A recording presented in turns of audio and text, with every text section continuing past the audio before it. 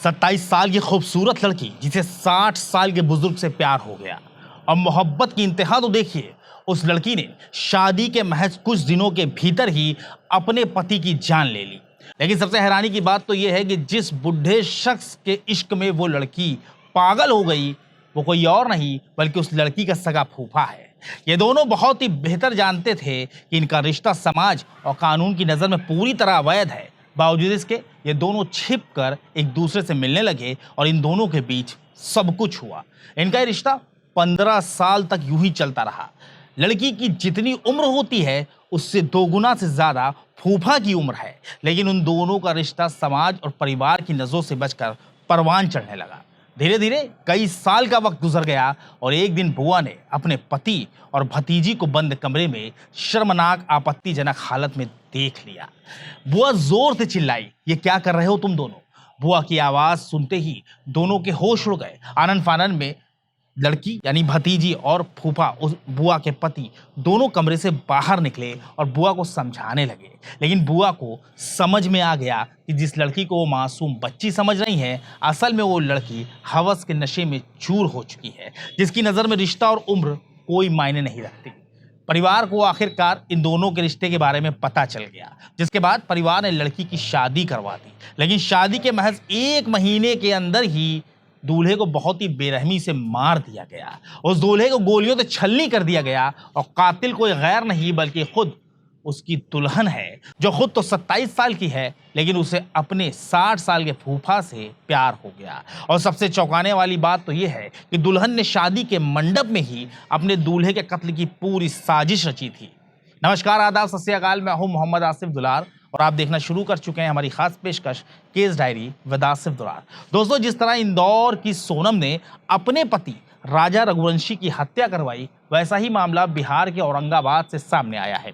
बीती 21 मई के रोज 27 साल की गुंजा की शादी प्रियांशु उर्फ छोटू से होती है।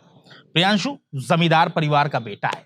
दोस्तों, ये दोनों की शादी बहुत ही धूमधाम से होती है, लेकिन गुंजा के दिल में तो उसके 60 साल के फूफा जीवन सिंह के लिए प्यार भरा हुआ होता है और प्रियांशु से उसकी शादी महज एक मजबूरी, महज एक समझौता बनकर रह जाती है।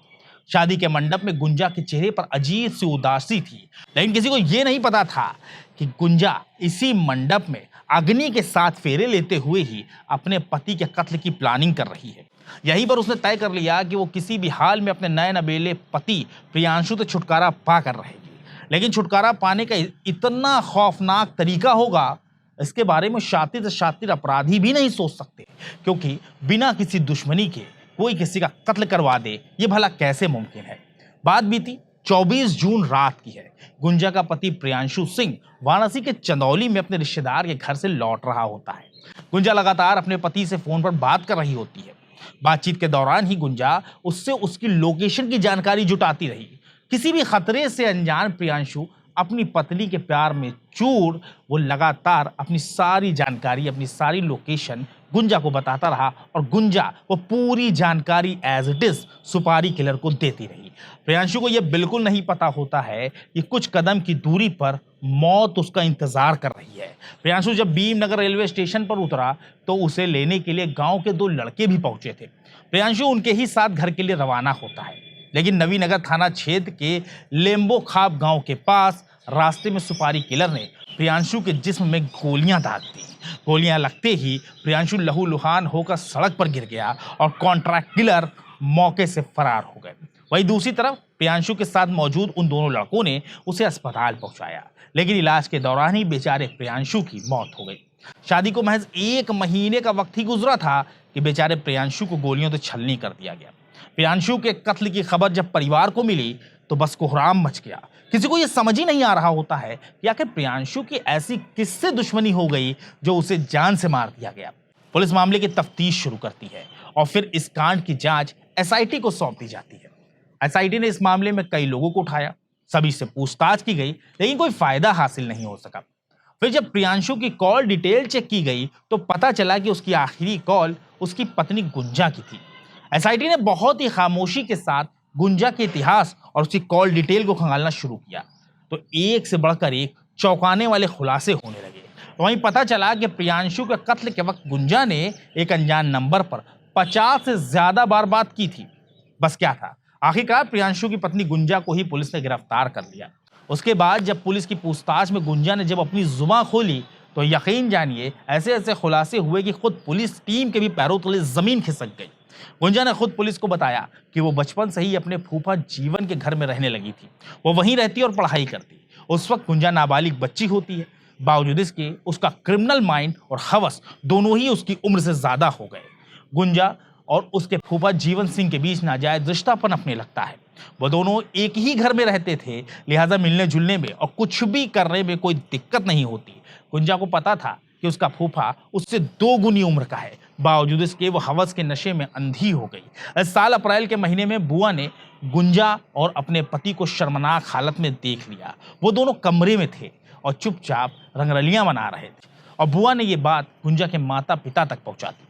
आनंद फानंद में गुंजा की शादी प्रियांशु से तय की गई और मई में ही दोनों की शादी भी करवा दी गई। इससे पहले गुंजा के फूफा ने उसकी 2 शादियां तुड़वाई थी, लेकिन इस बार वो भी मजबूर हो गया। गुंजा लगातार अपने फूफा से कह रही थी कि चलो भाग चलते हैं, लेकिन ऐसा हो नहीं पाया।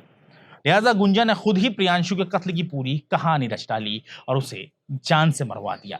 फिलहाल पुलिस ने गुंजा को गिरफ्तार करते हुए मामले का खुलासा कर दिया है, तो वहीं जीवन सिंह की तलाश में पुलिस छापेमारी कर रही है। इस पूरे मामले में सबसे चौंकाने वाली बात तो यह है कि जिस अग्नि के 7 फेरे लेकर प्रियांशु ने गुंजा के साथ अपना घर बसाया था, उसी गुंजा ने उसकी जिंदगी को निगल लिया। वही उसकी मौत की वजह बन गई।